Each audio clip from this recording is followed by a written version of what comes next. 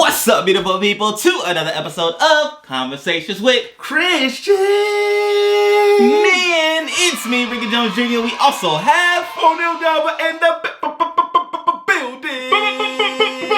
and we are back again for yet another episode, which we are excited to give you all, ladies and gentlemen. We want to give you that fire, that ignition. I was about to say ignition. We want to give you that fire to get started, get going, and get you to where you ultimately desire to be, because we know who you are, we know where you are, and we want you to make that leap of faith. We want you to take that next step to get out of the rut of everyday life, which you're like, oh my gosh, tired of, I need to make a change, I need to make a shift, and to live that abundant life that you know is on the inside of you, right? Mm-hmm. You know, it's one thing when you know more is on somewhere else, right? Where you know more is like tangibly right there, but you're sitting down waiting, right? And that's even like a whole situation, right? But we want to talk about the perspective of like when making a step, right? It could be changing jobs, it could be starting an entrepreneur endeavor, it could be even going to school, which we both have the experience of going not only to undergrad but to master's program, but even like talking through not only like the start or the journey to pursue,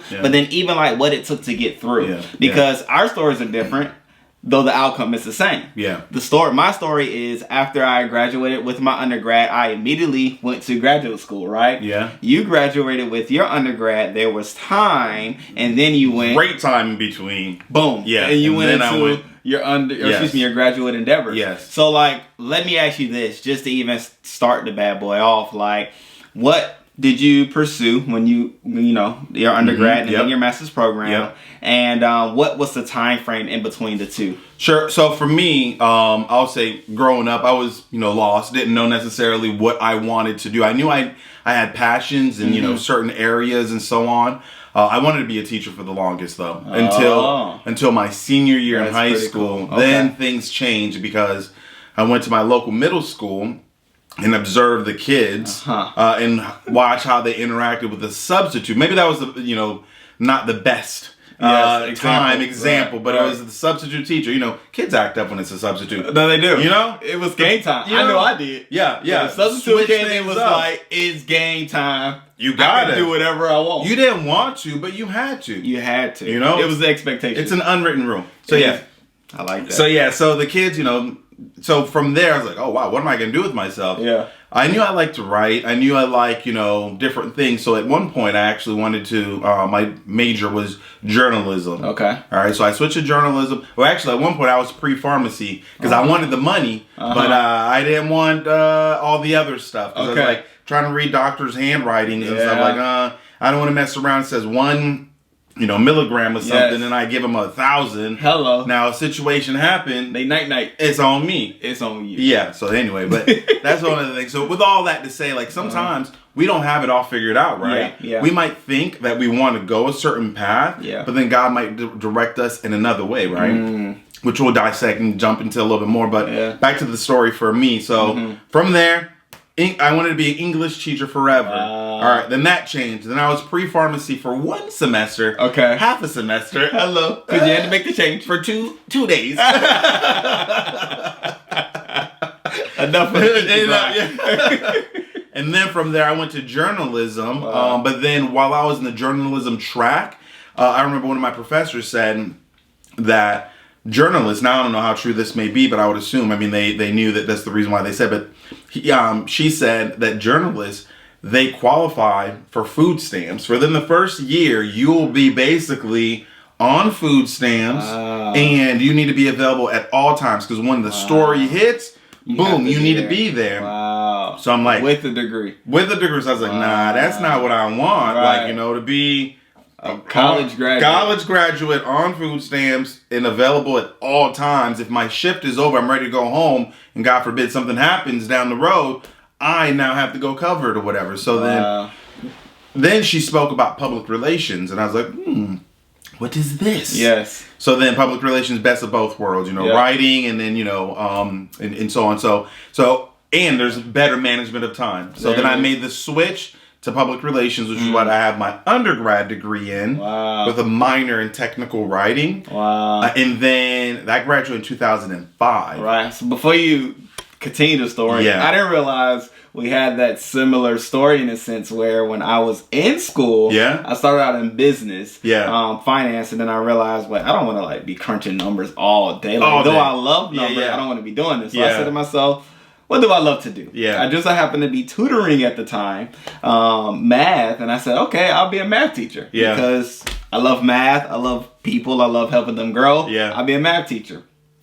I went and I changed my major, all that good stuff. And at LSU, there was a program where when you are a teacher, right? You know, training to be a teacher, you have to go to the class. So you get to pick which grade you want. Well, not really. You go to elementary first, middle school, then high school, then you graduate.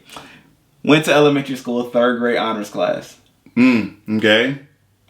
I changed my major. Really? Elementary school, I would say middle school. Elementary. I didn't even make it that far. Middle school is the toughest, bro. I didn't make based on what I've seen, my experience, and how I feel, elementary is not that bad. 3rd grade honors, and that was it for you. 3rd grade honors. All that to say, I realized when I went to the school, this is not for me. Just as when you went to the school, it wasn't for you. So we have that. We do have that connection. But you know, so you graduated with your undergrad. Yeah, graduated my undergrad, and you know, 2005, went to work. You know, and I would say even that, as we talk and so on a little bit more, you have to lean on God and have faith in any and everything that you do, right?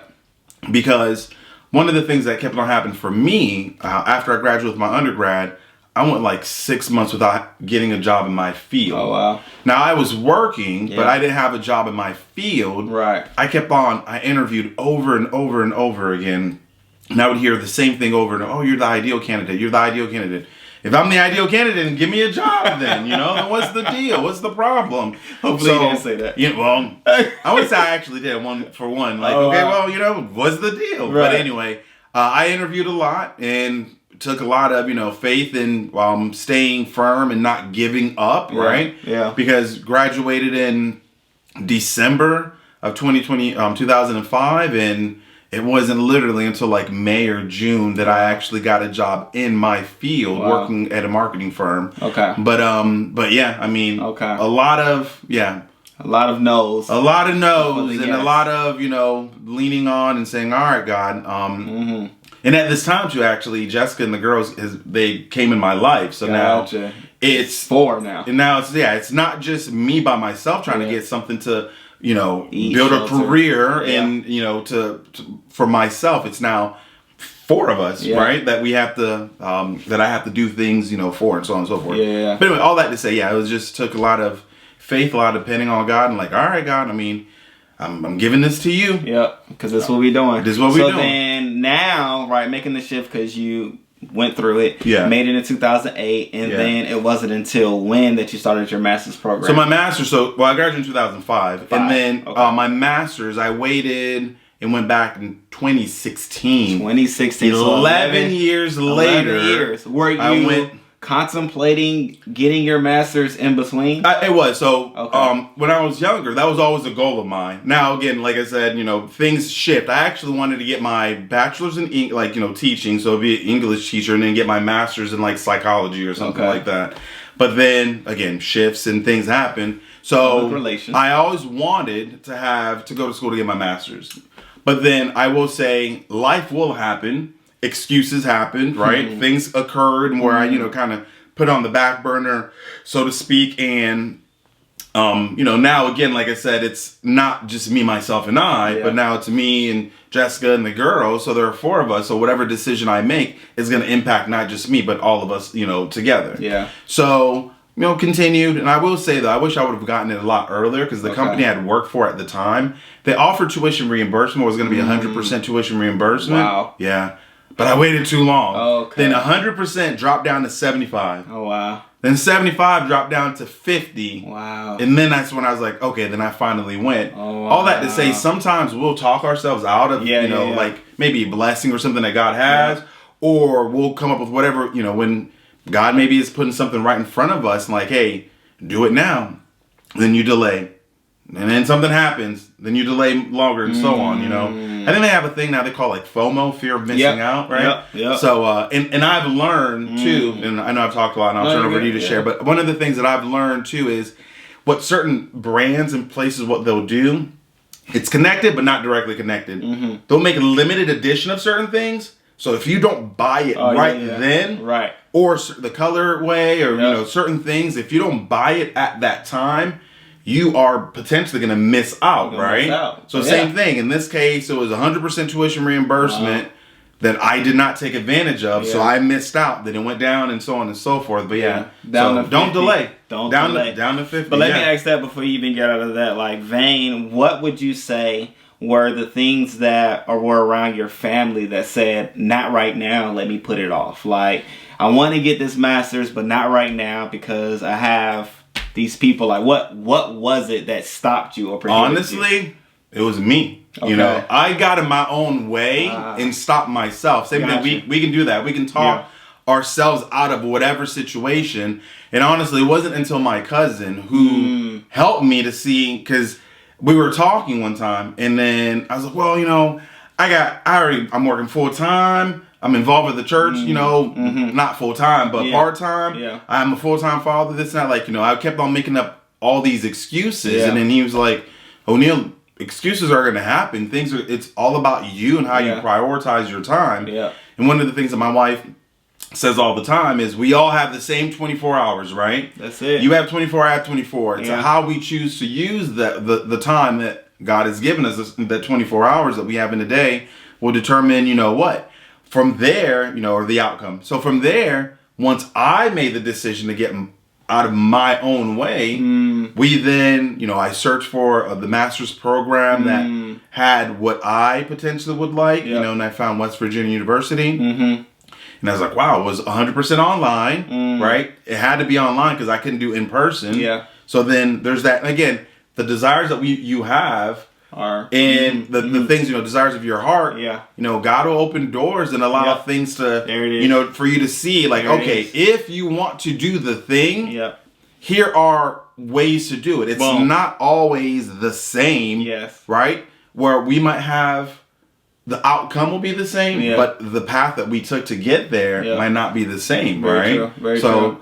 Which I love that, because even out of what you're saying, without saying it, you're saying that it was because of somebody coaching you, somebody telling you, somebody talking you through and out of yourself that allowed you to see past the excuses, see past the reasons why not, see past all of that those hurdles, you know, to get you to where you wanted to be. And I think that's so very true. Like, even for me, right, and for even other people as well, when they're trying to break free and out of like the current to get to the new, right, or the current to get to the goal, there is that need for somebody. There is that need for that coach. There is the need for that mentor, for that extra voice, somebody from the outside to speak in, right? And I'm gonna say that from my perspective, it was my parents, because they went to, well, my mom, she had graduated with her undergrad. My dad was pursuing his undergraduate degree, I'm going to say probably at least like 10 years. Because he was working. He was ministering as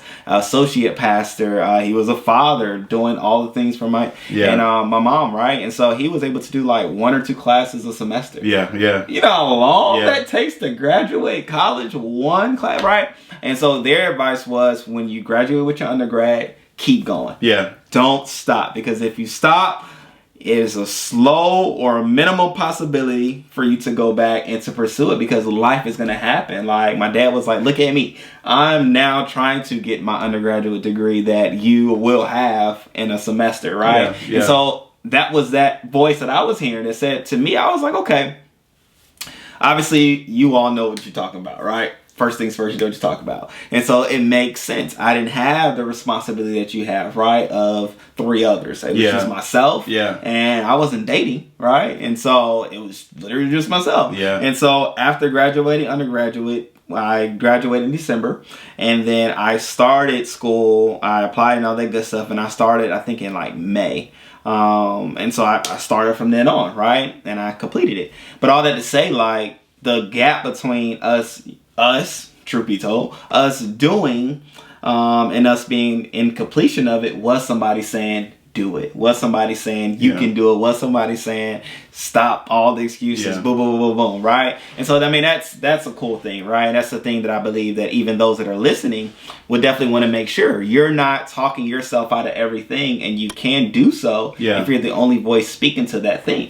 Right? Be open to others being able to help you. Be open to others being able to coach you. Be open to others being able to speak life and give you advice to the things that you want to do, because they can see it from another way. You in your own life saw all the reasons why not. Whereas your cousin, right? Was able to see, no, bro, like those things are going to be there. It's going to be those there. are consistent things. So unless you're trying to drop them things to do other things, then live your life. But if you want those things to continue to be in your life, those are consistent. Now let's add to what's to come. So now that's dope. Now you went and pursued it, right? 11 years later.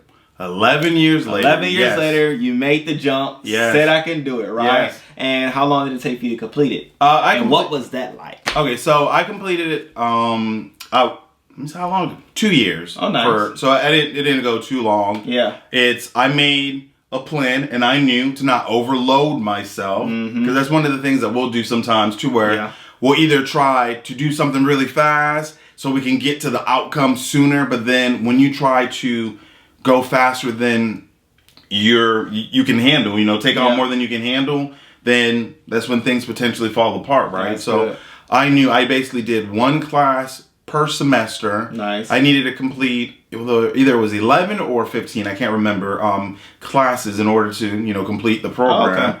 So I did one per semester, and like you said about having people kind of coach you and being there in your life and so on. I had my wife and the kids, of course, so they knew certain days to not bother Dad because he has his homework and whatever else, and I still continue to go to work full time. Still stayed very much involved in the church, and without anything skipping a beat in a sense, right? And even your kids. Still being a full-time parent and so on, being there and a husband. Spouse, hello. So all of those. So I knew, again, if I took on more than I could on one side, then those other areas would have been neglected more so than they probably were. Like, you know what I mean? Like you're a little bit where I can't be 100% here.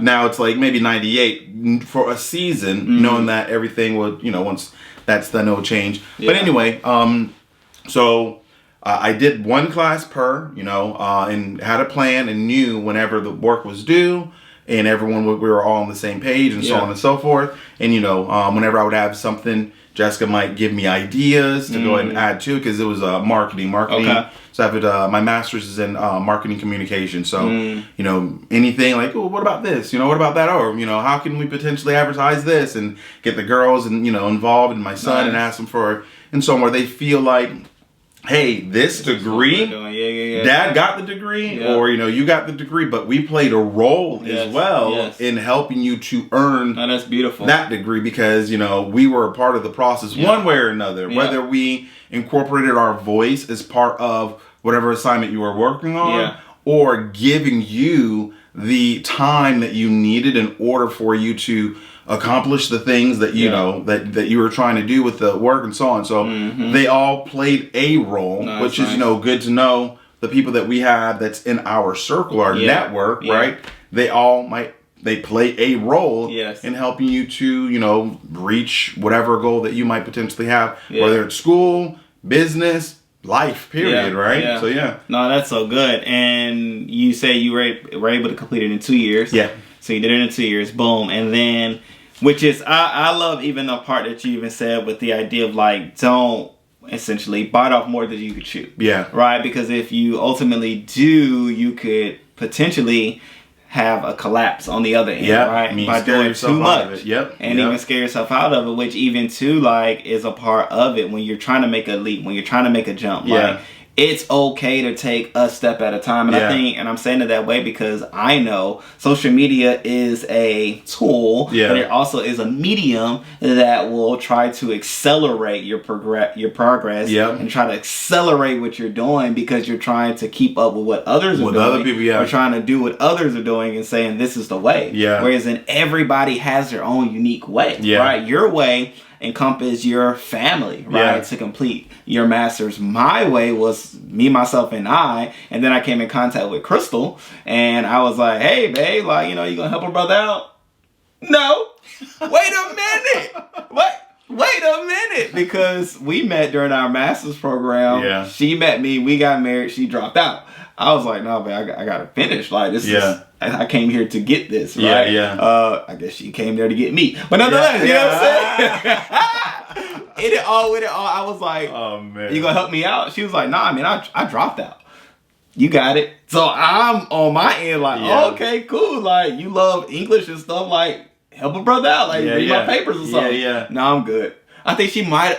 I don't think she read one. I was about to give her the benefit of the doubt. No, I bet she'd be a good editor, though. She didn't want to edit it or anything. She didn't want to edit it. No, she said, I got out. And I'm like, well, boo-boo.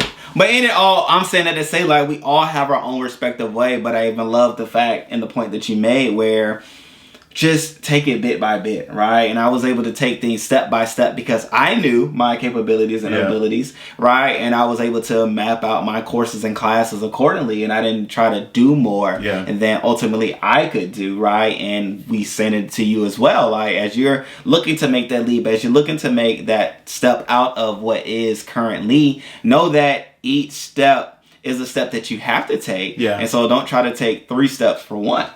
Right? It's okay taking one step, right? Because even the people that you're looking at, even the people that you're admiring, they took a step at a time, right? You're looking at people's results. Yours was 2 years. Mine, I did it in 2 years because I did a smaller package of a master's program, which mine, I did business for undergrad, and I did, it was divinity school, but I did a master's of arts in Christian studies for my master's. And so, like, it could have, I think that one was like 54 hours. Most of them are 90 hours, which is like 3.5, 4 years.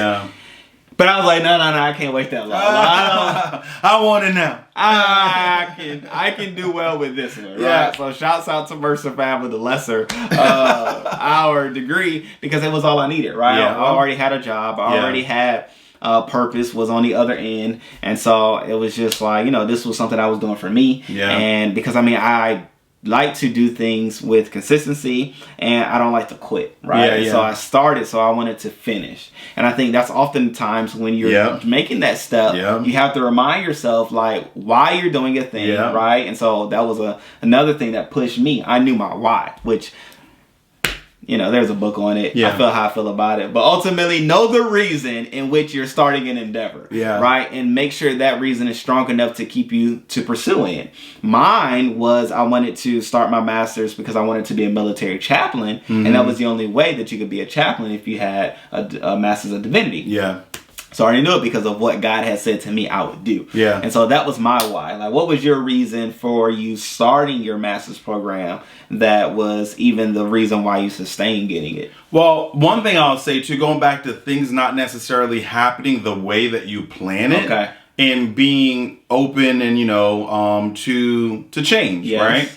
So originally I went back to school to get my master's in order for me to I had to move up where I worked. So where I worked prior, I noticed that the directors, most of them, had their master's degree. So then I went to the VP and I said, hey, I want to move up. And I noticed that most of the people that are directors, unfortunately, not a lot of people of color. So I'm like, hey, if that is a thing that I need to do in order to move up to be a director, so be it. That is what I will do. Absolutely. So then I said the thing, right? So I spoke it. From there, I then acted on it, right? Versus it being a thing that for me to say and then, you know, oh no, I changed my mind. Like, oh yeah, I got too tough or whatever, you know. I said it, and something that you said earlier too, is with me, I always like to start a thing with the end goal in mind, right? Because we can all get excited about starting a thing and first jumping in, like, oh man, like this is so exciting. I started a business, you know, or oh man, this is so exciting. I'm going to school. Yeah. But then like once things kind of get tough along the way, because it will. If you don't have the end goal in mind, like the why, and you know why it is that we're doing this thing, you could very easily give up, right? Because you're like, well, I started, so, you know, not calling out, you know, Crystal or anything, but maybe that was the thing. I know with my wife, right, when she started she will even say, like, she was excited about getting accepted to USF or getting accepted to a college, right? But not knowing, having a full plan as to, okay, well, you know, finishing and so on. So then when something like that happens and, you know, kind of end up stopping halfway. Like my wife, she stopped halfway too and so on. So it was originally for me to move up the company where I worked at. But then I will say as I got close to finishing my degree, I then started to see certain things, right, that didn't quite line up with what I originally wanted and what I was originally told, right? So with that said, I said to myself, okay, I've already started, but just because the thing that I wanted in the end is not necessarily going to be, that doesn't mean I'm going to quit right then and there. Yeah. So then I went ahead and continued and finished and got my degree, you know, and so on and so forth, and then made another plan, right? May just adjust. If you make a plan, it's not a good plan, the only thing they could do is make another plan. Make the adjustment. And then from there, started looking for other places to work so that I can continue with moving down the path that I chose, you know, and so on, and what God was revealing to me. And then honestly, because of my master's, I'd never thought about being a professor before. Actually, no, I take that back. While I was completing my master's, I said, I could do this. I could be a professor. I could do this. But then, like, I never really pursued it. But then after I got my degree, because I have my master's, it then opened up the door for me to be a professor, which is, you know, one of the things that I'm doing now, you know, going back to full circle, right? The desires of your heart are what, you know, God knew and saw early on. Remember, I started off saying that I wanted to be a teacher, right? I wanted to be, you know, an English teacher. But now I am a professor at one of the local colleges where I teach business communications. But yeah, I mean, just being full circle, being, you know, willing to adjust, right? And obedient, right? And obedient, because, you know, obedience doesn't necessarily mean like doing what you don't want to do. Obedience is doing what you should do, not knowing the protection that you're given, not knowing the provision that you're given, not knowing what you're being, you know, hidden from, right? And so now that you were obedient in the various steps, you now have the results on the other end, right? The masters, the teaching capability, the family that is still together, right? And the list goes on. So, no, I mean, I love that. Like, I can say that even in this conversation, I'm even reminded of not only what it takes to make that jump, right? Of the outside voices, the coaches, the people that are encouraging from the outside, but then what it takes to endure, right? Knowing and ending starting with the end in mind, right? Which is even a beautiful topic that we'll talk about more. We'll flush out that. I love that. We'll flush that on the next conversation. But I like that, even flushing that out, because there's so much in it. So I'm not even going. Y'all make sure y'all catch the next conversation. It's gonna be a good one. But with it all, now we know when we have the desire to do, we have the capability to do it. All we have to do is make that step. All we have to do, no matter if it was months after the thought came to mind to do, or 11 years after the thought came to do, you still can do. The time is there. You may not have 50% of tuition reimbursement like my boy, but wherever you are, whatever it is that you desire to do, whatever is on the inside of you, you can do it. If it's in you, it's because it wants to come out of you. So speak it as he said it, but then act on the words that you say, and you'll get the results that you desire. So, and with it all, great people, we love you all. We appreciate you all. And as always, thank you for listening and watching the podcast. Until next time, love you. Peace.